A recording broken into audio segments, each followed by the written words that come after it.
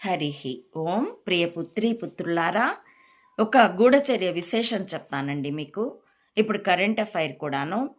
అమెరికాలో Trump గుంపుల్ని pack చేసేసి ఎవరి దేశాలకు వాళ్ళు పొండి అని గర్జిస్తూ ఉన్నాడు. భారతీయ స్టూడెంట్స్ని, అలాగే ఇతర దేశాల స్టూడెంట్స్ని, అలాగే ఆ గడ్డ మీద పుడితే ఆటోమేటిక్గా పౌరుడవుతాడు అనే చట్టాన్ని తొలగించేసి ఉరికిస్తున్నాడు. వీళ్ళు అక్కడున్న ఎన్ఆర్ఐలు, అందులో తెలుగు వాళ్ళు ఎక్కువ. తెలుగు వాళ్ళల్లో పొటాషియంలు ఇంకా ఎక్కువ. కమ్మని kalium, K is the symbol of potassium in the periodical table.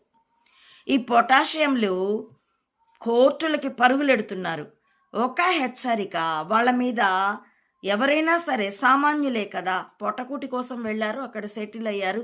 ఈ డ్రామోజీలు ఎక్కించినటువంటి కులతో కొందరు పొటాషియంలు అనుకున్నారు, కొంతమంది రెడ్లు అనుకున్నారు, కాపులు అనుకున్నారు, ఇంకోళ్ళు అనుకున్నారు. కుల రాజకీయాల కంపును అక్కడ కూడా పెట్టారు. ఆ అన్ని కులాల వాళ్ళకి చెప్తున్నాను, కోర్టులకి పరుగులెత్తండి. కోర్టు వర్సెస్ ట్రంప్ చట్టాలు మస్తుగా ఆడుకుంటాయి. మిమ్మల్ని సంపాదించింది మొత్తం అక్కడ కోర్టులకి పెట్టి బొచ్చబట్టుకొని తిరిగి వస్తారు మీరు. కాబట్టి అంతకంటే ఇప్పుడే జనని జన్మభూమిశ్చ స్వర్గాదపి గరీయసి అని శ్రీరాముడు లక్ష్మణుడికి లంక సౌభాగ్యాన్ని చూశాక చెప్పినటువంటి రామాయణ శ్లోకాన్ని గుర్తు తెచ్చుకొని బుద్ధిగా వచ్చేసి ఇప్పటికన్నా మాతృదేశంలో మీరు నేర్పిన విష సంస్కృతిని మీరు అక్కడే వదిలేసి వచ్చి, ఆ విషపుట ఆలోచన విధానాన్ని అక్కడే వదిలేసి వచ్చి, త్యాగవాద భావనల్ని, ఎందుకంటే మొత్తం అక్కడ త్యాగం చేసి రావాల్సిందే. ఇప్పుడు మీరు అక్కడ మీ కొంపలు అవి అమ్ముకుంటామంటే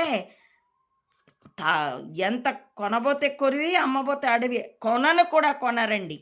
సింధులో జరిగిందదే, లాహోర్లో జరిగిందదే. దేశ విభజనప్పుడు ఆర్ఎస్ఎస్, ముస్లిం లీగు కలిసి కొట్టిన చప్పట్లలో దేశం ముక్కలైపోతే అప్పుడు కరాచీలో, లాహోర్లో ఉన్న హిందువులు తమ పశువుల్ని, తమ ఇళ్లని వదిలేసి బంగారం తీసుకొని వస్తుంటే కూడా దోపిడీకి గురై ప్రాణాలు పోగొట్టుకున్న వాళ్ళు కొంత, కట్టుబట్టలతో పాపర్లై వచ్చి ముంబై రోడ్ల మీద అడుక్కున్న వాళ్ళు చాలామంది.